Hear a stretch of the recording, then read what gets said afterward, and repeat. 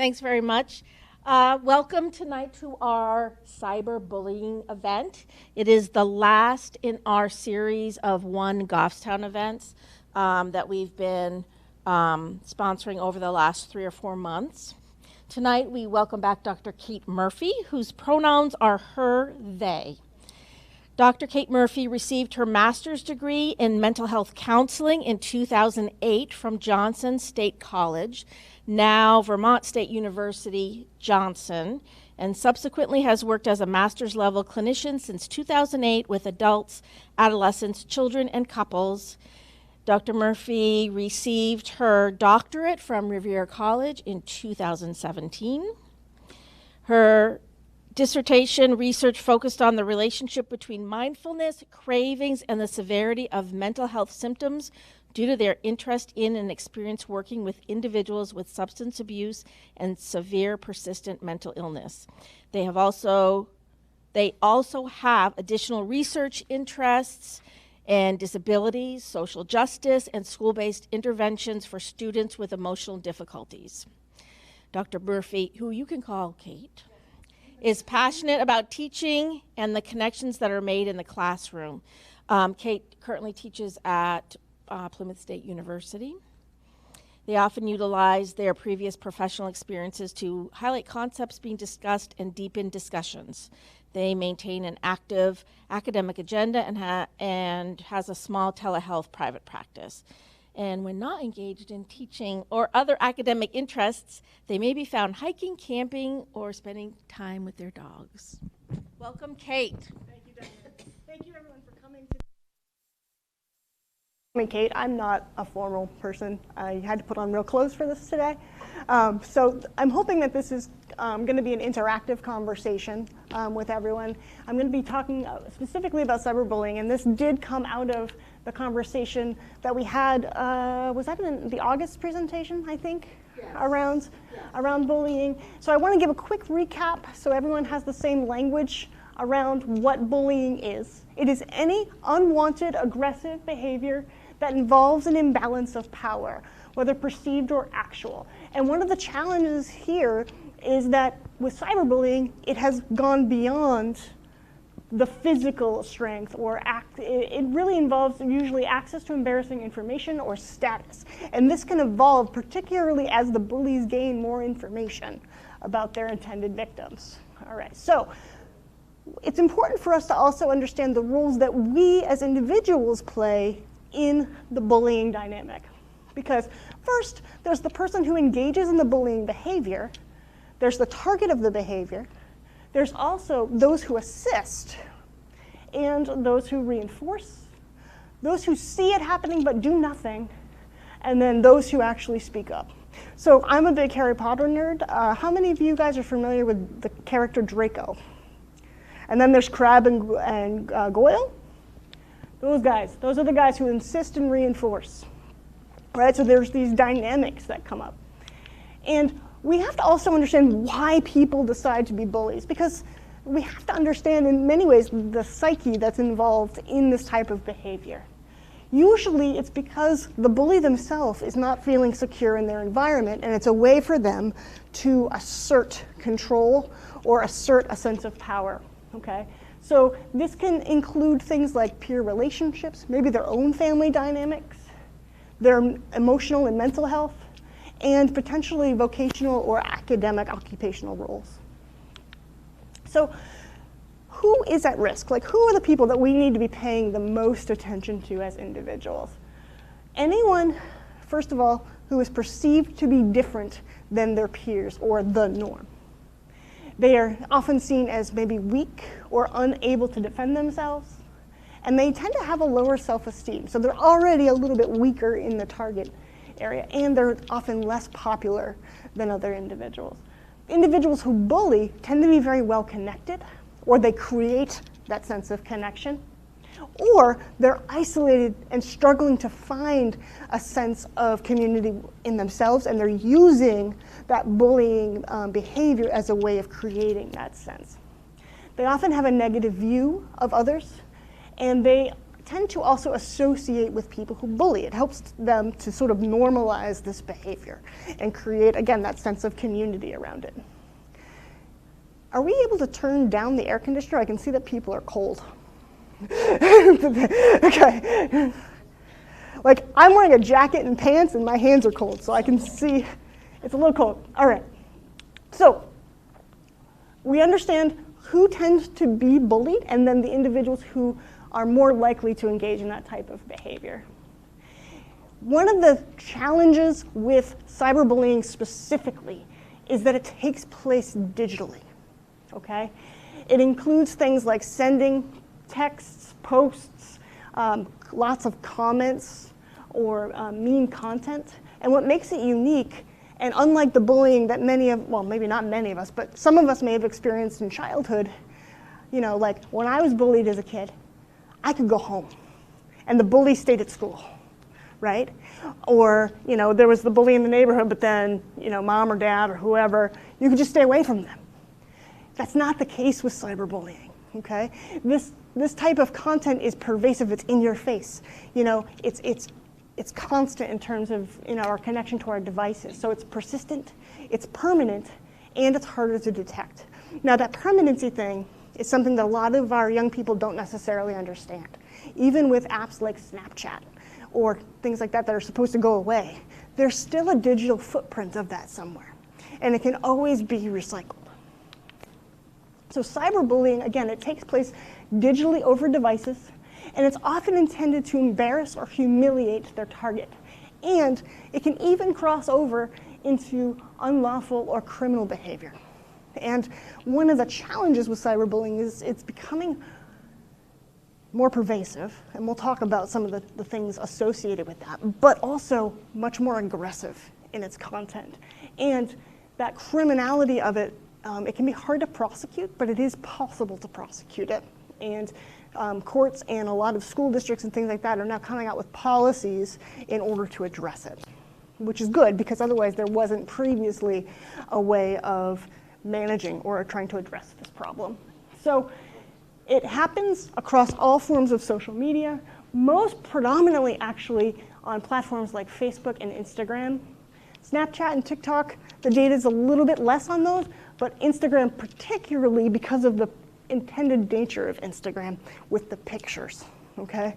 Because it can also happen though through texting, any sort of messaging apps, online forums. It can even happen through email and online gaming communities. We're seeing it actually quite a bit. Like a lot of the kids like to play that game, hold on, Fortnite. And any of those games that they're able to talk to each other through the game, there could be bullying that's happening in those dialogues and in those conversations. Again, one of the challenges with that is you've got your headset on, nobody can hear what the other person is saying, right? So I'm going to skip this link because I'm afraid it's not going to open correctly. So, but take a look at this YouTube video at some point. It was put out by one of the Stop Bullying Foundation links, but I'm afraid if I mess around with it, it's not going to work. So, well, we'll try it. Hold on one second.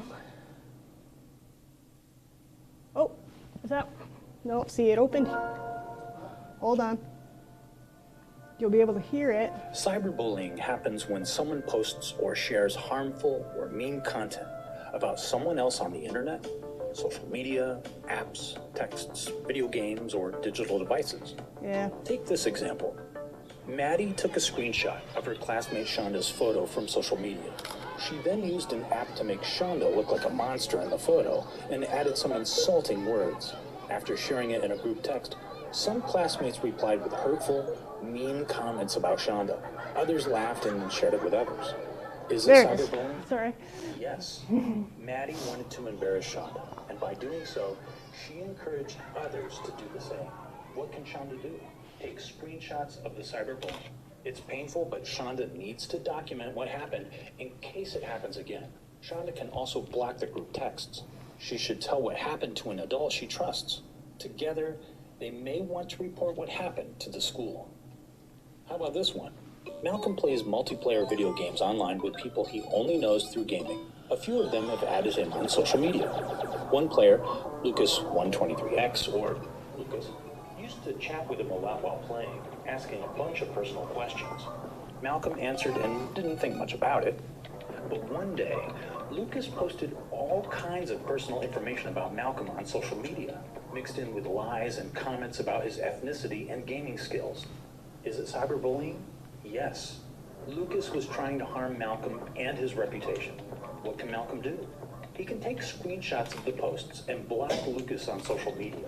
What Lucas did may have also violated the rules of the social media site and the gaming platform.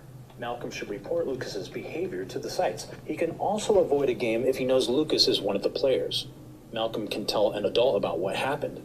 Together, they can help determine if they should report it to the police. And remember, never give out personal information to strangers. Here's another one. Jaden and his friend Dylan were having fun, kidding around after school. Jaden took photos and posted them online. One photo showed Dylan making a weird face, which they both found funny, but other kids who saw it started posting mean comments about Dylan's face in the photo. Dylan was upset by the photo and the comments. Is it cyberbullying? No. If Jaden didn't mean any harm and he's willing to delete the photo, it is not cyberbullying. If Jaden doesn't delete the photo after seeing the negative comments being posted about his friend Dylan, he could be contributing to cyberbullying, though. What can Dylan do? He can ask Jaden to remove the post and, in the future, to ask permission before sharing photos of him. If Jaden is a friend, he'll respect Dylan's request, apologize, and delete the photo.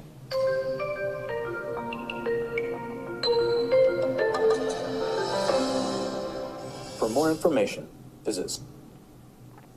All right, so now let me get this back up, or attempt to. So what did you guys think of those videos?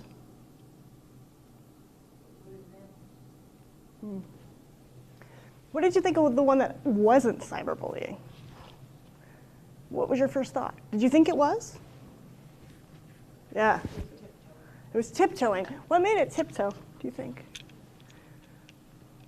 That was a friend. That it was a friend? Yep. Notice, though, that it was the intent. That's what made it different. The fact that the friend didn't mean for that to happen and took steps to correct it once he realized what was happening.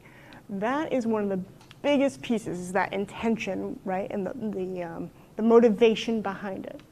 But couldn't those other people, once they have that image, keep it out? They could, and then that would be cyberbullying. That was a great point, right? So yes, the friend, I think his name was Dylan. So Dylan posted it thinking it was funny, they both thought it was funny, and then the other kids were bullying, right? But his intention of putting the picture up was not to cause harm. So that's the difference. Were the other kids bullying, potentially? Yes. But the person who actually posted the picture, that was not his intention. So it's important for us to understand how big of a problem cyberbullying really is. Nearly 50% of US teens have experienced some sort of harassment or bullying within the last 12 months. And it's most often about their parents. Remember I mentioned earlier about Instagram being one of the primary driving sources, because the purpose of Instagram is pictures, right? That's where people are posting most of these things. So, and there's also a lot of overlap. So there's, 46% have said that they've experienced at least some form of cyberbullying listed, and most often it's involving offensive name calling, false rumors, or things like receiving explicit images that they didn't ask for. So there's a lot happening. And one of the challenges is we're all walking around with one of these, right? And then I could just airdrop it to you if you also have a phone, right? So it's very easy to pass this information back and forth, which also adds to the complexity of the problem. Because let's say I airdropped it to you, I deleted it off my device, now I'm clean, right? I don't have it anymore, but somebody else has it, and now they can continue to perpetuate it. Oh, there we go. Now, 95% of teens in the US are online at some point, right? I mean, because I mean, we've got kids, like little kids that are on the internet too, on YouTube and things like that, and they're being exposed to this content. 23% of students report that they've said or done something mean or cruel to another person online, or that they've then experienced it back from that same person. Half of LGBTQ individuals have experienced some type of online harassment for their experiences. That is more than most or non-LGBT individuals. Individuals who experience cyberbullying are at greater risk for suicidality and self-injurious behavior. And only 1 in 10 teens feel comfortable going to an adult and saying something about it. So that's a problem too. However, 4 out of 5 teens say if there was a way for them to intervene anonymously, they would. So that's interesting, right? 4 out of 5 kids say, if I could speak up, so going back to that bystander, without being called out for it, without my name being attached to it, I would do it. But they're afraid. They're afraid to speak up because they're afraid of the retaliation. They're afraid that if they speak out, that the bully's then going to turn on them. So they don't.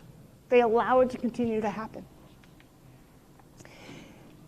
Statistically, older teenage girls are more impacted by cyberbullying than other populations, predominantly individuals of color, too. So this is also a racial issue.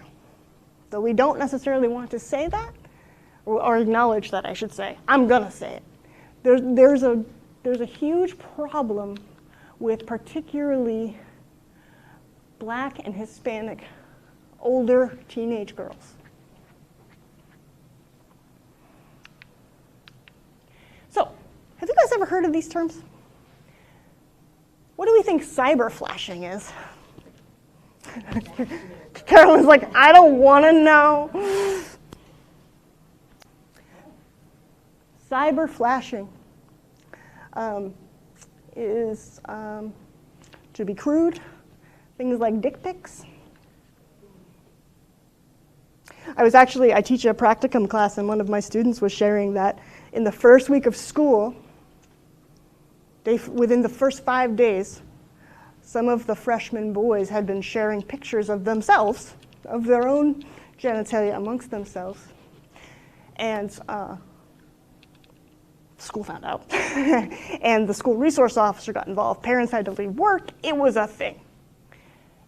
And did you guys know that as parents, you could be held liable and responsible if your children are distributing this type of content? Because technically, it's distribution of child pornography. Yeah, it's a thing. What if it's an adult? Like 18 is an adult. Oh. Yeah? So say more about that. This is for minors, children under the age. So we're talking about minors. Well, for this particular one, that you as a parent could be held responsible if it's your minor child. But you open a whole other can of worms with 18-year-olds sending pictures to maybe some of their non-18-year-old friends, right? Or vice versa. If that 18-year-old now has pictures on their phone of their 16-year-old girlfriend, that's possession of child pornography. But couples, teenage couples, because I was working in a high school for a number of years, they're doing this all the time. They don't understand the consequences of it. And that's one of the things that we really need to work to educate our kids on, is the potential risks associated with some of this behavior. Because also, again, it doesn't go away. So it becomes really problematic. So revenge porn. And by the way, these statistics here, so cyber flashing, so the 22% is those over the age of 14 to 18, versus like 12 to 14.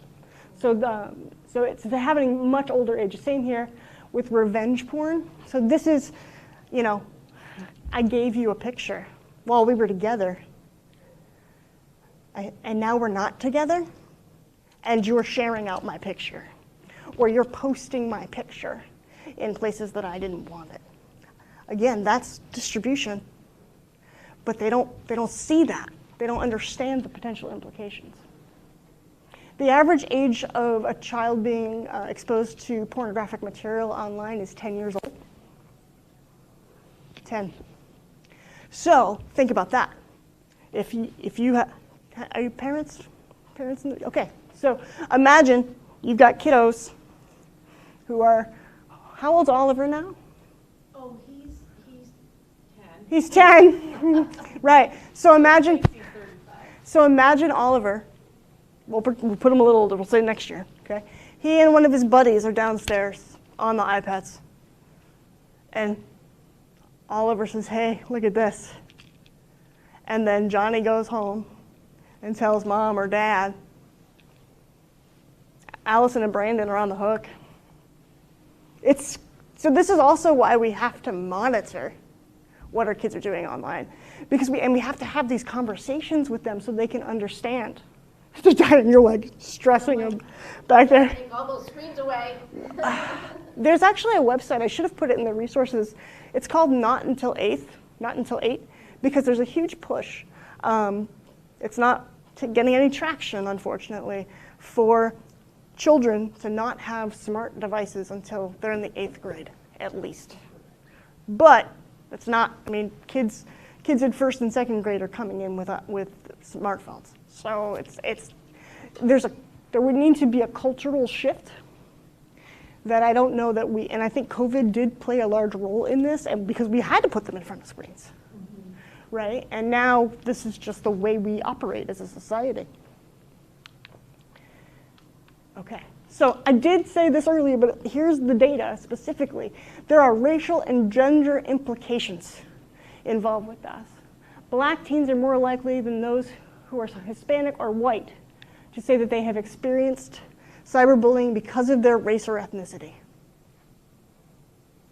And then Black or Hispanic teens are far more likely than white teens to say that they've experienced harassment or bullying because of than other people their age.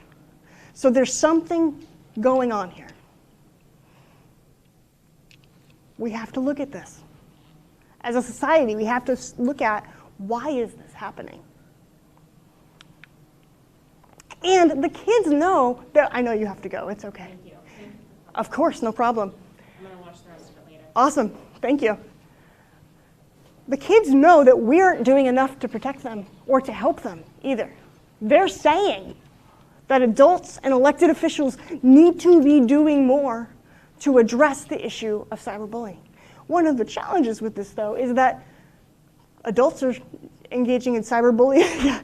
Adults are engaging in cyberbullying as well. Former President Trump was banned from social media for a period of time because of this type of behavior. So it's being modeled at the highest levels of our government. What they're saying here is that, again, what they're saying is that the parents are doing it. Oh, I shouldn't touch that. Okay, don't touch it. Right? They're doing a good job for the most part. 66% say. But look at elected officials. Only 18% of kids polled said that they were doing enough. So what this is saying, this sort of goes back to some of the other issues that the kids are speaking out about, right? That they don't care about free speech. What they care about is keeping us safe, and we're not. We as adults are failing our kids in this area. They want us to do something too. They believe that things like permanent bans and legal sanctions, criminal charges, are necessary to crack down on this behavior. Because, okay, you engage in cyberbullying, you violate a policy or term, they might suspend your account for a week, 2 weeks, maybe a month, but then you get it back. Or, as we were talking about before we got started, there's nothing that says you can't just create a new account under a different name. There's no accountability for that type of thing. So you get banned under one username, you just create a new one. And you can continue to engage in that behavior unless they go so far as to like block an IP address. But I haven't heard of that happening. It might if it gets to an extreme, but that's the kind of thing that the kids are saying, like, we gotta do more here. I did say this. It's happening to adults too. Really, the issue of cyberbullying is a pandemic. I know we think we just got through another one. We didn't, it's still here. But it is an issue that needs to be addressed and talked about. 40% of adults, so a slightly smaller percentage, okay, have experienced cyberbullying. And it is dependent on age too. So what we're seeing here is a cultural shift, okay? So, and this is also really important. While the amount of online physical threats and sexual harassment has doubled in the last 10 years, there was a distinctive uptick between 2017 and 2020 in the severity and frequency of the behavior. That's not a coincidence, folks. Again, what we're also seeing too is that there is an age factor happening, because all of these adults are also online, the majority of them, but we're seeing it here, 64% of young adults, 18 to 29. Then it drops down to 49% of 30 to 49-year-olds, and then 30% of 50 to 64, and 21% of those over 65. But we know if we don't do something now, if we don't start to change this behavior, this is just going to trickle down. These numbers are going to keep going up, and this here is going to keep going up as well. So it's just going to keep happening unless we take action. You look, yeah, go ahead. I'm thinking about the issue of anonymity. Yes. I mean, and you said, like, the kids would do something if they could do it anonymously. Mm-hmm. But I'm older. I don't always understand Sure. all the things that can happen, but it seems like they can do things anonymously. That seems to be a big part of the problem, that people Yes. feel like they can get away with saying something that they would never say to someone's face. There is a level, you're right, there is a level of courage. Or coward. Or coward, yes, or cowardice, really, you know, that comes from being able to say something to a screen. I don't have to see your reaction. I just get to post it. And then other people are going to tag onto it. And so there is a level of anonymity to it. But what the kids were saying was if there was no way to trace it back to me at all, then they would speak up. The anonymity comes in like the username, right? Or the account name. But it's a different level here. So there is anonymity in that I don't have to see you, I don't have to know you. I can troll you on social media and comment all over your stuff. And I could do it under a different name, but that can still in some way get tied back to me. And the kids are afraid of that because they see how this snowballs and they don't want it to start happening to them.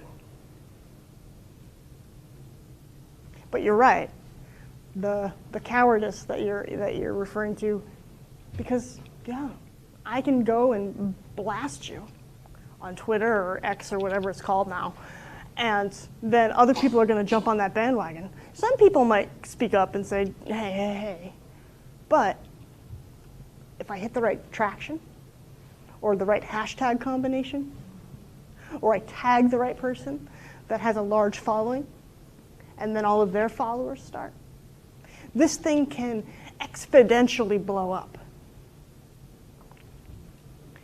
And it can happen overnight. It can happen in an hour.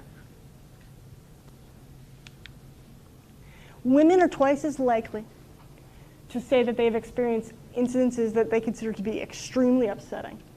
It's impacting our sleep. It's what ADLs are, activities of daily living.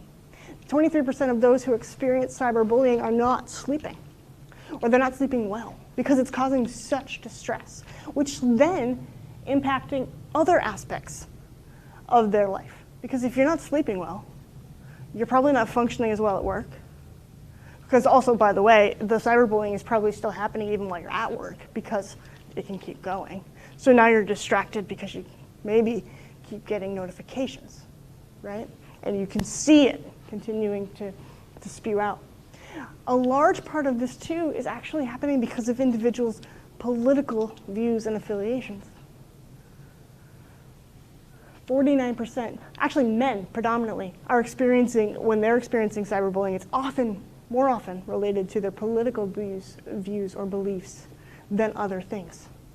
Women, however, it's most frequently happening around their physical appearance. Body and fat shaming. So again, go back to it's happening predominantly around pictures on things like Instagram. Are you thinking or you want to say something? Okay. So, and then it's happening from physical appearance, gender, ethnicity, religion. So this is a bias problem.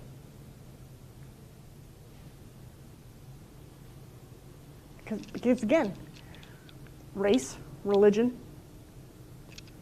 sexuality, gender. So what do we do? The video that I shared, it highlighted some of these things. We have to first recognize it, that it is cyberbullying and it is harassment. Because sometimes we don't even necessarily see it, right? It can be hard to detect, like I said. We have to keep records. So like on the video that I shared, it kept saying, take the screenshots, collect the evidence. Because if you do have to go and file criminal charges, or request a, what are those things called? Cease and desist, or a restraining order, you need that evidence, you need that documentation. Utilize then too the blocking and ignoring features. That was actually one of my clients. When she was underage, was on social media platform, I won't say which one, and she would share pictures back and forth. And some of her recipients and counterparts were men, adult men. So one of the things that she and I have been working on is finding the courage to report those men. Because if they're willing to do it to her, who says that they're not also doing it to other people? So those reporting tools. And then looking into state or local laws associated with it as a means of, it's okay, seeking help and support. We could also take the steps of getting ourselves off of those social media platforms and removing ourselves from social media. But then that in and of itself can create barriers for us because so much of our world is online. One of the things too that I would often talk with, because I used to work, so I work at a university as a professor now, but in other forms of my life, I worked in higher education as a residence hall director and other kinds of things. And I've been on the hiring committees of lots of different things. It's not uncommon for your social media, for people to Google you and look at your social media profiles to get a sense of who you are. So those pictures that people post, they don't realize that that could impact positively or negatively their ability to get that job or keep that job. I mean, think back to, was it Charlottesville, where they had the tiki torch white supremacists? And the folks that, I believe for good reason, lost their jobs over those actions because it was posted on social media and their employers said, we don't want people who engage in this way working for us. So that was accountability for those individuals. But that's a perfect example. People don't think about, because it's so easy to just post it without thinking about the implications of what that might do. So I used to talk a lot with my students about what you put online could impact you. So using those privacy settings is super important. If you are going to post something, like my profiles are locked down. Unless you are my friend, you can't even find me. Like, you can't search for me. And part of that is because of what I do as a psychologist. You know, I want to maintain an online presence, but I don't want some of my clients or past clients to have access to those pieces of myself, right? So paying attention to those privacy settings and making sure that you're being intentional around that. So how do we know? What do we as individuals do, or how can we work to notice? Because again, the cyberbullying is insidious. It's often undetectable. But what we want to be paying attention to are changes in behavior. As I mentioned, it starts to affect sleep and activities of daily living. So are they eating well? Are they performing to the same degree that they were? Are they becoming more isolative, withdrawn? If they're acting like a bully too, we want to be paying attention to who are they hanging out with. Again, go back to that Harry Potter example, right? Draco was always with Crabbe and Goyle because they reinforced his behavior.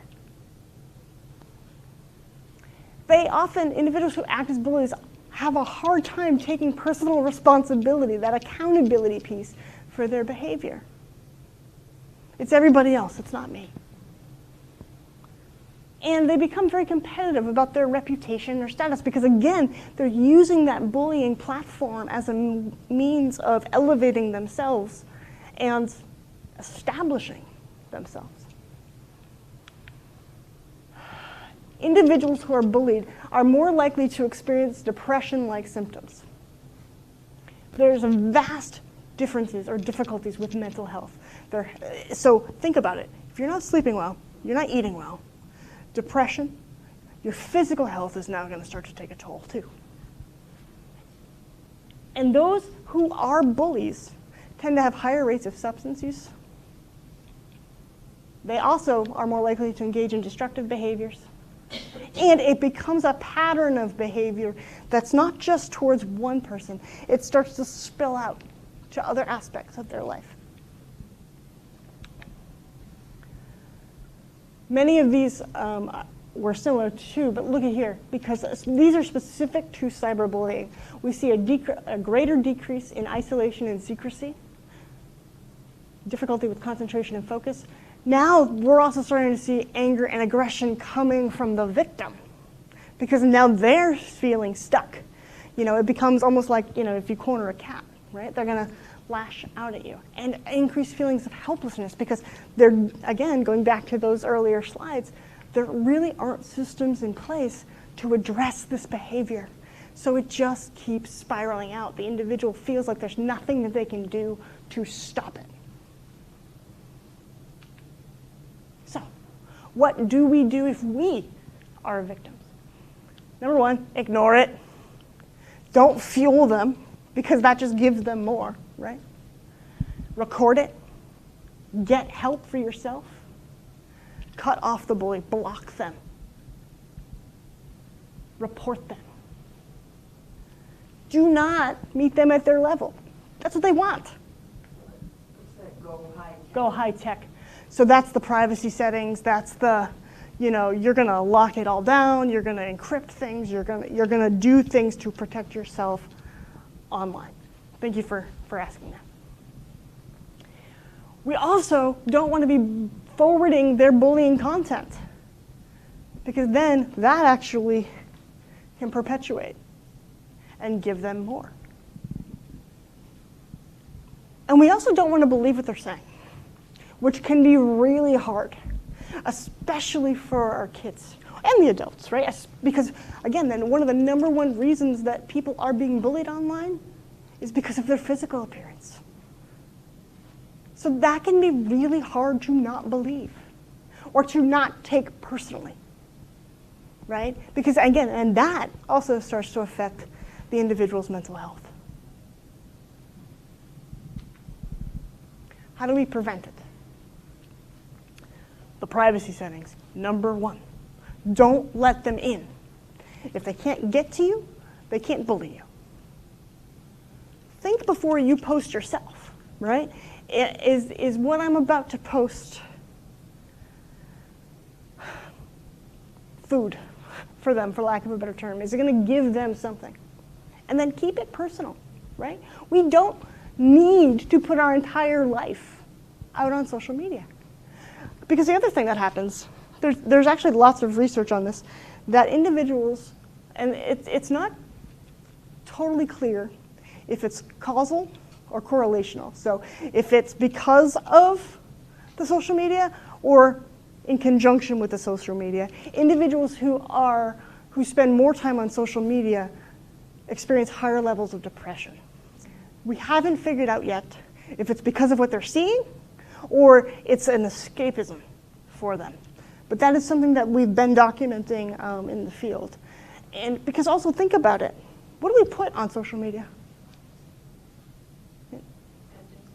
Venting, right? It's either the best or the worst, right? We don't put the mundane, although I do post like food prep pictures, but or my dogs, right? But we're not putting, I just had an okay day today. We're venting, or we're being like, look at this great vacation I was just on. So that comparison,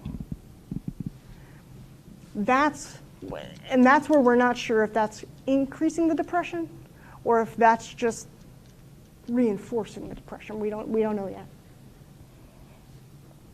We also need to think bigger about cyberbullying and its implications. We need to know what it is. So the fact that all of you are here today, whether you're online watching or you're here with us in the room, educating ourselves about what it is and its reach is one of the first steps. Not the only step, but it's one of the first steps that we can do to try to change this pattern.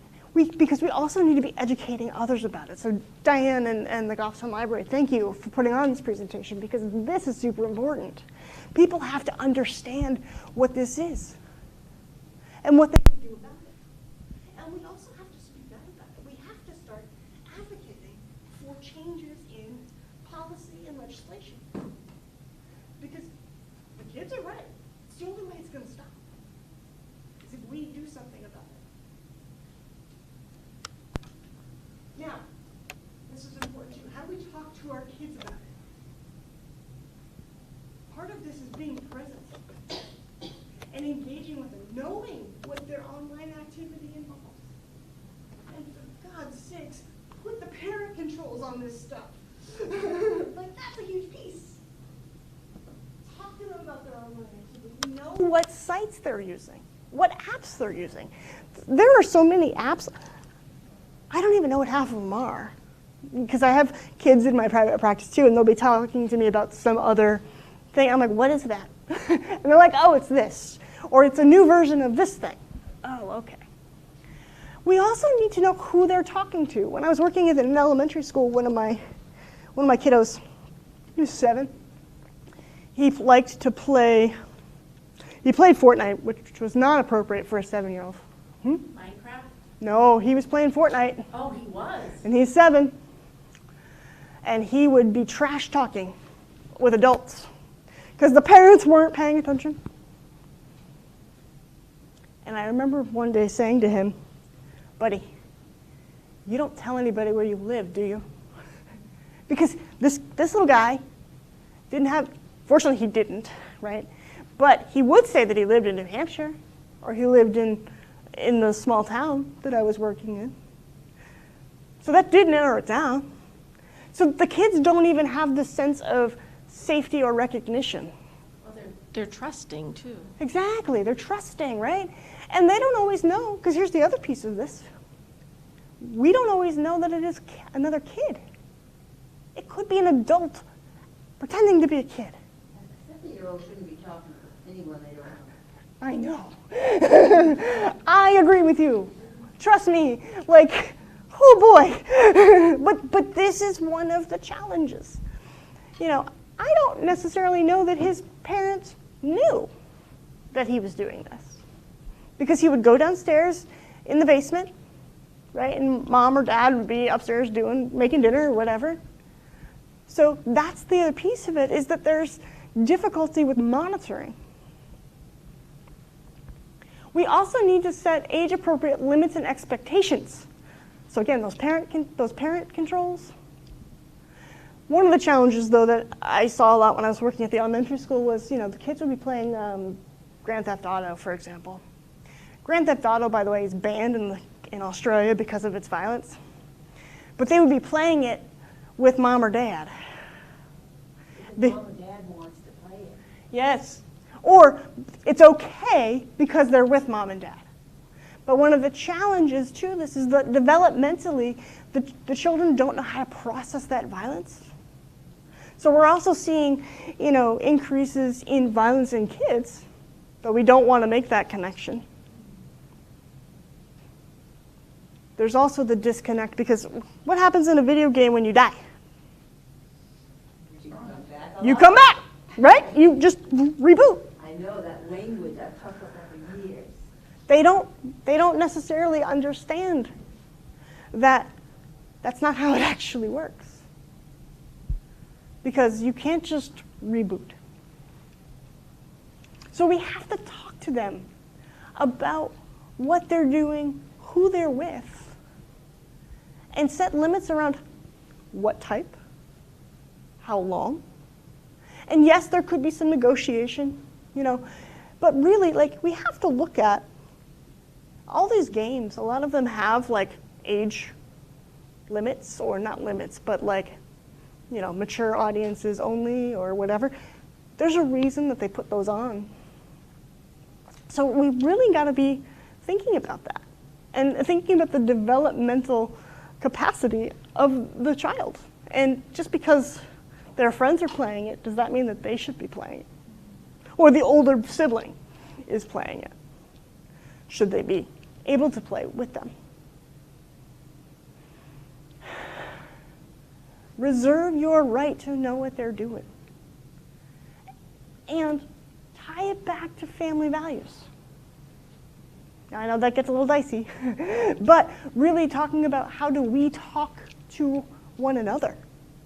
What's appropriate here? And we want to avoid judgmental language. And what I mean by that is we don't necessarily want to say that something is good or bad, so much as is it appropriate or not appropriate, or expected or unexpected. Because, again, if we're using this judgmental language, that's also, if you tell someone not to do something, for some people, they're more likely to do it because you said not to do it, so it must be cool. It must be something, there must be a reason, right? So we want to be really mindful about how we talk to our kids about cyberbullying and what they're doing online. Because do you think my 7-year-old friend knew that adult, that they were trash talking back and forth? Do you think he knew that that was bullying? No. But that behavior was spilling out in school. So, we're going to talk through some scenarios together and talk about what we can do if we were in this scenario. So, how are we doing on time? Oh, good, okay. Amy, she's 15, okay? Amy broke up with Joe, who was 16. He was really upset, couldn't get over her. Even though Amy asked him to give her some space, he sends her direct messages on social media all the time. She's shocked when Joe sends her some nude images taken of her when they were in a relationship. He doesn't include a message with the photos. What do we do with this? What are some of the problems? It's child porn. Yes, it's child porn. Teach our children not to give naked pictures of themselves. We would think this is common sense, but adults do. But this is happening. Adults do this too, right? The adults send each other pictures too. But this is part of the disconnect. We're not thinking about it, right? It's different than the old days when it was an actual photograph that could be torn up and destroyed. It's digital.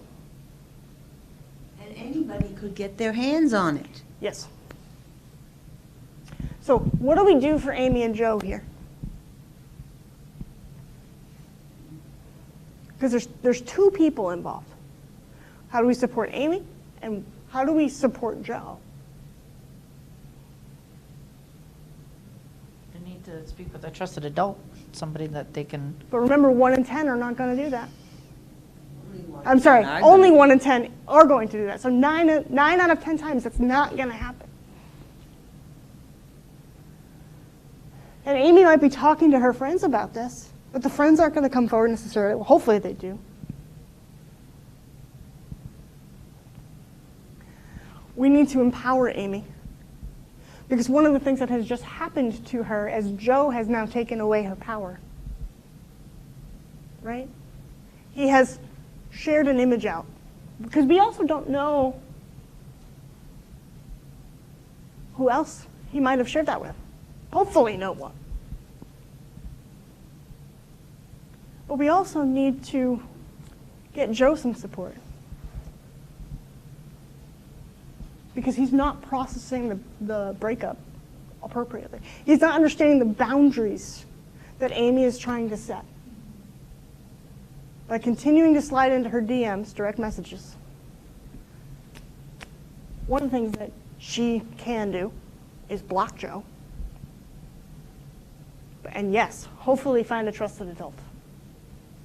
If she blocks him, he might share that picture with everybody. Well, and that's one of the reasons that we also need to get Joe some support too. We need Joe to understand that what he's doing is illegal. Right? So there's a lot here. Okay, what about this one? They've been sharing videos of his cake creations on his parents' YouTube channel. This happens all the time. My niece does this. She makes stuff and or she does dance moves. It would be safe because YouTube doesn't allow comments on videos featuring kids under 13. However, some kids in his class posted links to his video in a Google Doc and are making mean comments about it. So the kids were smart enough to remove it from the thing that they couldn't comment on. And they found a workaround. This little guy's only 7 years old, and he's making cakes. What? It does seem like a good thing, and I can understand why the parents thought it was okay. So what do we do?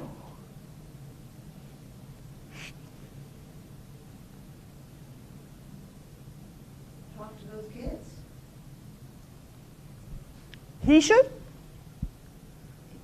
I think adults should. Adults should. So he has to tell an adult. Hopefully he does. Hopefully he has trust and safety in his teacher or his school counselor or his school psychologist, somebody that he feels comfortable letting somebody know, or mom and dad, so that mom and dad can then contact the school, because this is bullying. This would rise to the level of a formal bullying investigation within the school. And the school system is legally obligated. There's a very strict timeline that these investigations have to take place in. So if the school is notified, the school has to act. Kobe, WhatsApp groups. Do you guys know what WhatsApp is? Some of you do? Okay. So, Kobe wasn't asked, and a friend showed him the message. Kobe is a crybaby. No one let him in the chat. So he was isolated. He was kept out of it. Is that also abuse? If he's Yes. it's like social abuse? Yeah. I mean, that actually moves, yes, social abuse, emotional abuse it could be. Yeah. This actually almost moves into, unfortunately, this type of thing happens all the time in person, too, where you isolate someone from the group. But now, see, here's what's happening, though, right, is it's all hidden. So these things could be happening right under an adult's nose, and they have no idea. You know, I substitute in Manchester, Yeah. and the kids are on their phones. All the time. You just don't see it, and all of a sudden there'll be some big thing, and because everybody's communicating. Everybody's communicating. Going back to the sending of nude photos. When I was working in a high school, a very similar scenario happened. A couple broke up, and somebody took and dropped a photo into a group chat. It went through the high school like wildfire. It would, right? Now, that young man was older, so there were consequences for him. This wasn't like the example I shared of the freshman that they used it as a teachable moment. This young man was a junior, so he definitely got in trouble. There were charges pressed on him. So, what about you guys? Okay? You are today years old, and there's been a hate group set up about you.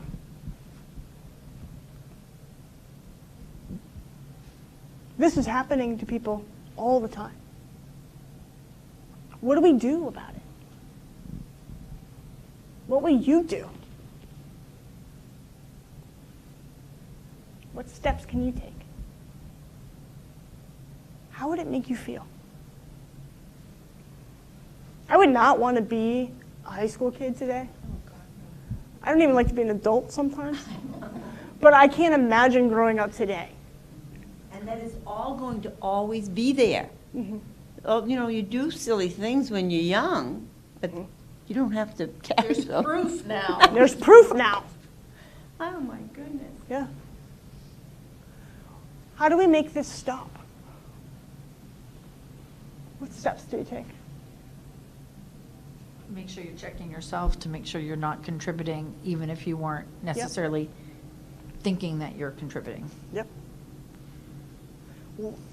Are there things that you've said or you've done that were unkind or demonstrating a bias, right? But aren't we allowed to have some biases in our life? Sure, there are people I don't particularly care for, you know, but how I then engage around those things, right? I don't agree. There are certainly people I do not agree with politically, or, you know, religion, all sorts of things, right? I don't agree with something, and that's okay. But can I engage in a civil dialogue with them? Can I seek to understand their perspective? We've lost that as a society. We've lost the ability, in my opinion, to engage in civil discourse.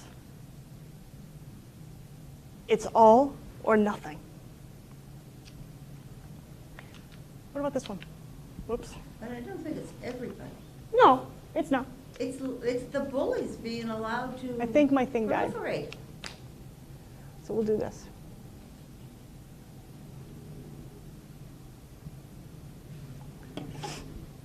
Someone got a hold of your password. This does happen. There are hackers that are looking for your passwords all the time. And they're giving a bad impression of you to your friends. Because they're posting under your account. I have a friend, this is legitimate. I have a friend whose Facebook account got hacked. And someone hacked it and posted that she and her husband were getting divorced, and she was selling off all this stuff. It wasn't even her stuff, but somebody. So I reached out to a mutual friend, and I was like, hey, are they okay? Like, what's going on? And no, she'd been hacked. So this happens all the time. She had to create a new account, and her husband had to get on to you and say, no, we're actually good. Please keep reporting this person. Keep reporting this account.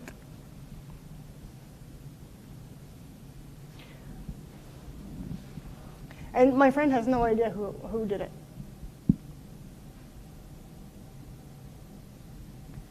So, what do we do? What steps can we as a society take? As Goffstown, as New Hampshire residents? How can we change this? What do you guys think?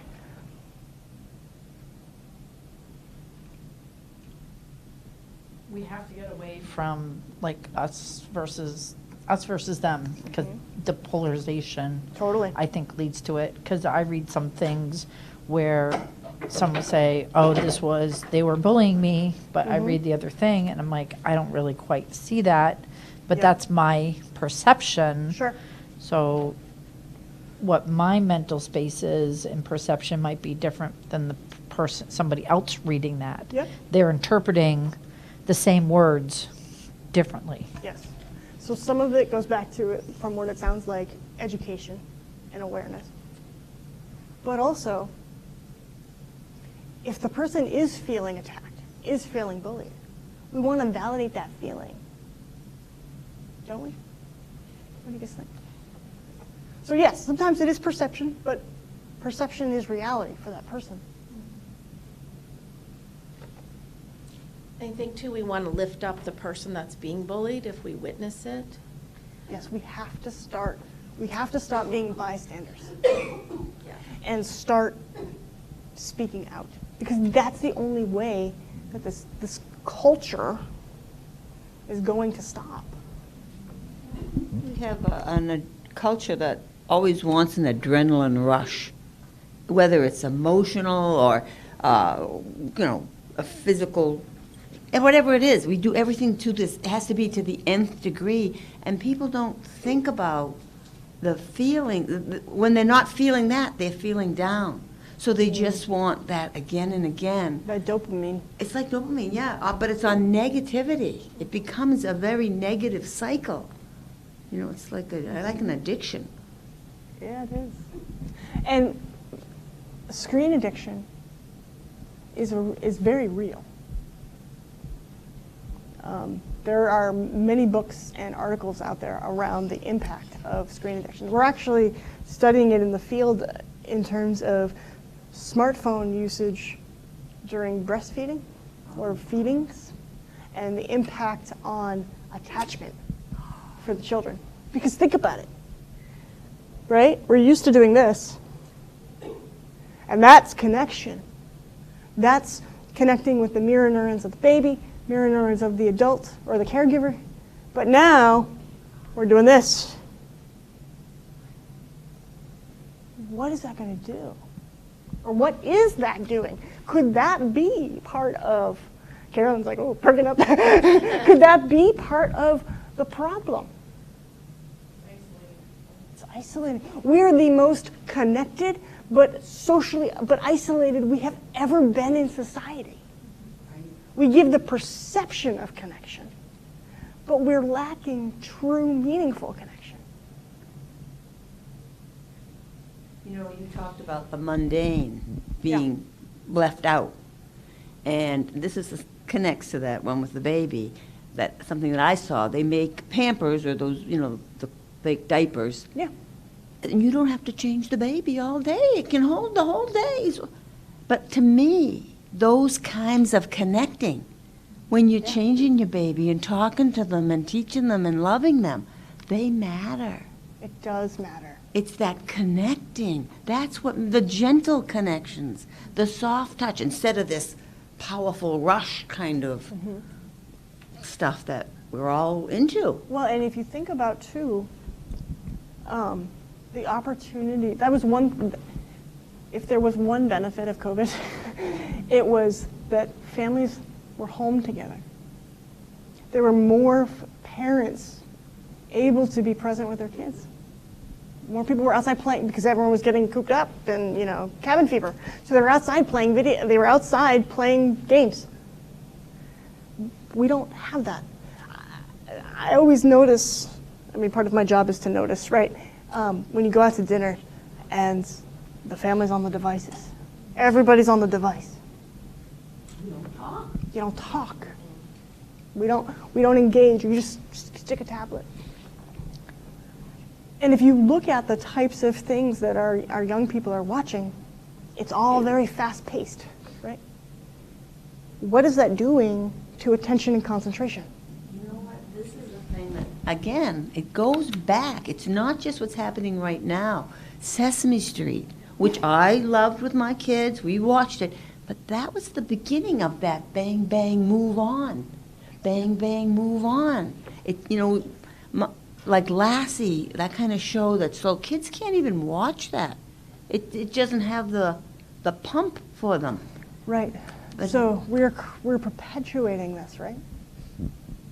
So no wonder our kids are struggling to maintain attention in class,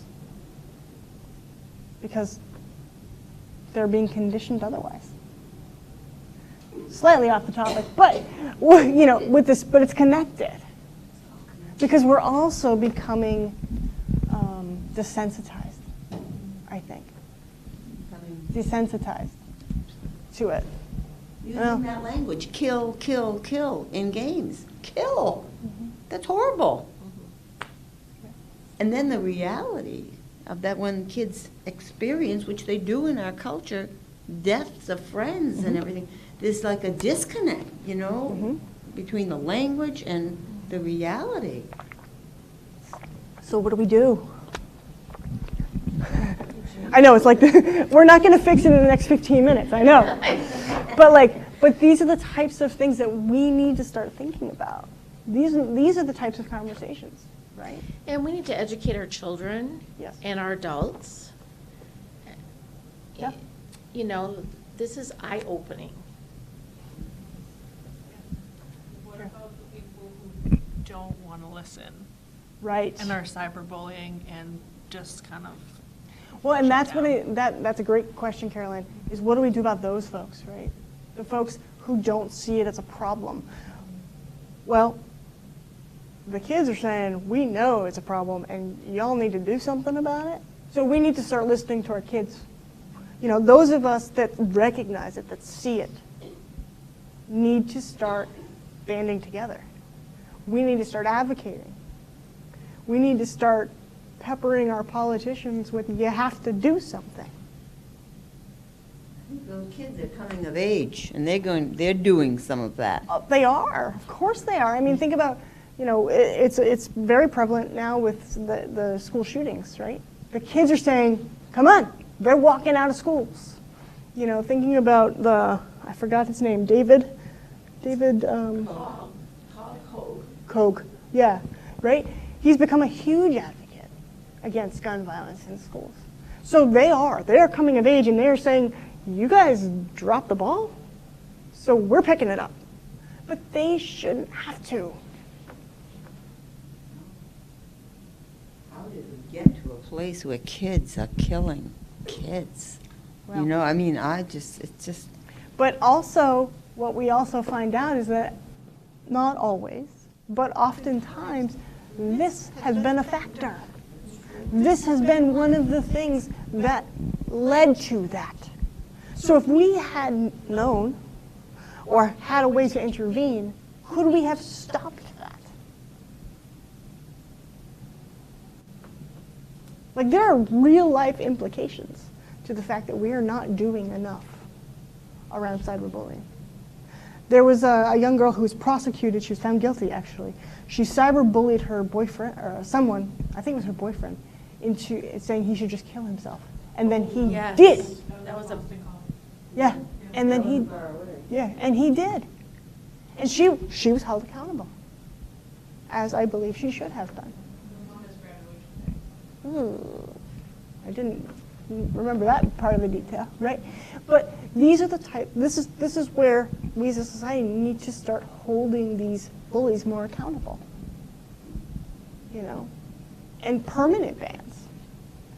but also minimizing kids' exposure to all of this. And our own, you know what? I mean, I'm guilty too. I notice my time is creeping up on the screen. So I'm having to set some limits, you know, because those games can be addicting. Oh no, they are. And it seems addicting. like an innocent game. I'm making words. But that is exactly how they're made. There's a book, I believe it's either in the book Glow Kids or iGen, I forget which one, where the makers of these devices acknowledge the addictive nature of it and the fact that they don't even allow their own children to have these devices because they know how addictive it is. And that's where you have the it breaking down for, the emotional attachments, Yes. the feeling of isolation, all those things. Right. It's replacing our conversation time. Yes, 100%. This is a little bit of a tangent, but That's okay. how do you deal with, I'm not a parent, but how would parents deal with, they're trying to keep their kids off devices as long as possible, but all the other kids in school have those devices, so that's kind of a social pressure as Right, well. that's isolating in and of itself, Yeah. right? I think you've got to tie it back to the family values. Like, I understand that your friends have these things. We as a family, and you have to model it, right? It's one thing to say you're not allowed to have a device, but if you're constantly on your own, that's no good. So I think part of it too is creating a family culture around it, or you're allowed to have it in certain contexts. But the bigger piece is that we need to look at this as parents and say, is this appropriate? Do we need to change these behaviors? Just because Susie has it should she have it? I think parents have to be careful knowing, because I think, like the computer that's in the family room, that's the only one they're using. But the gaming system is connected to the internet. Yeah. And like kids can get just regular online through and I'm not sure some parents might not realize that. Right. Never mind the trash talk. Right. And just they might think they're playing with their friends, but if they don't actually know, who's player XYZ 1, 2, 3, Right. and I don't know, I think that's real scary. I don't have children either. I think it's terrifying. But I also know that there is a way to set parental controls where you can only approve certain players. Right? There are ways to, there are systems. But it's tricky. Yeah. Those systems are tricky Yep. and hard Yeah. to, you know what I mean? There's always a way, but you got to figure it out. Yeah. It's complicated. Should be easier, maybe. Well, the 10-year-old can figure it out. But yeah, we don't want Exactly. we don't want it too easy because then the 10-year-old knows how to take it off. yeah. My 5-year-old nephew knows how to figure things out. Oh yeah. Yeah. I It's can't scary. get something to work on my device and I hand it to my 7-year-old niece and I say, here, can you fix this? But she's an Android user and I'm an iPhone user, so she doesn't always know, but she knows how to Google it to figure it out. But these are some of the challenges that parents are facing while dealing with their own. Because No. I'm an older parent, but you had the same thing with TV shows. There's always been issues, and that, like, when I was the parent, my kids were young, I wouldn't show a PG movie to someone else's kid without saying, do you mind if I show them this? Only to find that my kids can go to someone else's house and see an R-rated movie without that being mentioned to me, So, I mean, there's always been this, it is a lot of work to be a parent. Yeah, I don't envy those of you that do, right? But again, but it's not just happening to kids. We have to remember that. We focus a lot on kids, but it's happening to adults too. 40% of adults have experienced cyberbullying. But I think also just the distancing from socialization is happening to people, even if they're not being bullied, even if you're just spending 6 hours on this thing, Yeah. watching YouTube. That's TikTok. That's too much. That's the big one. That's- So I think, this is going to be an ongoing conversation, but the first step is education and awareness. And the next layer of it now is how do we speak out? 'Cause that's the only way it's going to stop. It's the, reporting it when it's happening. It's the documentation. And creating avenues for people to say, this can't continue. What questions? Does anyone have any questions for me? I know we're kind of coming up on our time.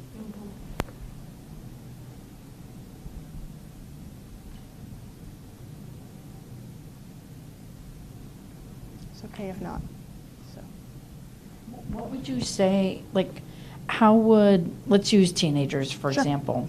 Let's say somebody realized that they had been a bully. Is there a Yes. way almost to, like, you can't take it back, but, like, how do you, like,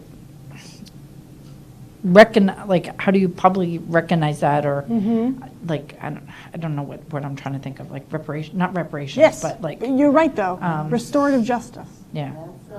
Restorative justice is one of the ways that this is being addressed, is letting people know how it made them feel. And not in a blaming way, but in a way to repair the relationship. But then you get those people who don't care how you feel. Yep. Or it was their intent to wound you, let's say. And then there's an impasse. Yes. You're right. So then is that a person that you want or need in your life anymore? Right. You block them. You Right. cut them off from you. Because you're right, there are going to be the people that are just like, I don't care. I stand by what I did. I stand by what I said. That says a lot about them. If they're not able, because again, we talked about it in the slides, oftentimes these individuals are not able to take that personal accountability. They're not able to see, or they don't want to see. So we remove them. We make it so that they can no longer access us. What if they just keep doing it to other people? How do you stop that? Well, that's where systems need to be strengthened, right? People need to know about state and federal laws, or there, frankly, needs to be laws so that there can be ways around this. Or not around it, there can be ways to address it. There are consequences of it. Because if all you get, like I mentioned earlier, is the slap on the hand, or the ability to just make a new account,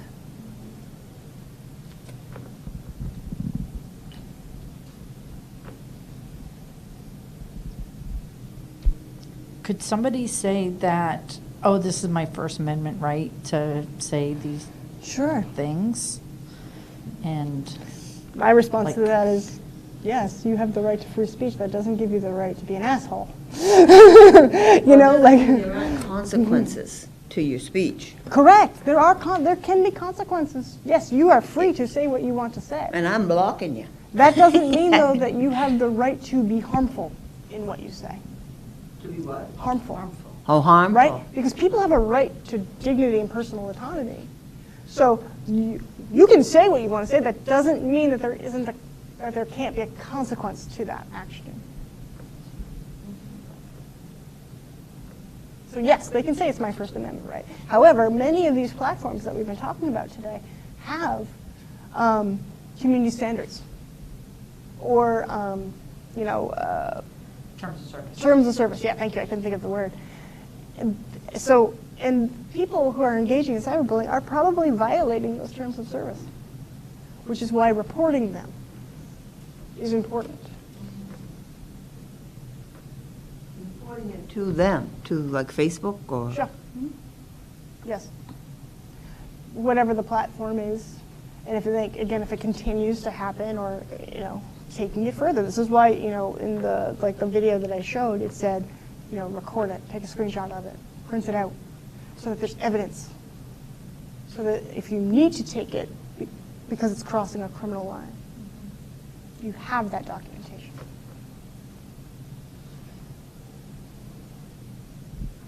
Anything else? I think we're just about out of time. So thank you all so much for coming. I appreciate, of course, I appreciate spending time with you this evening. Thank you, Kate. Everyone at home, the video will be posted if you'd like to take a look at this later, and we'll send the slides out to those people that we have email addresses for. Thanks so much, Kate. I Of really course. appreciate it. Thank you for having me, Diane. All right. You're welcome. Good night, everyone.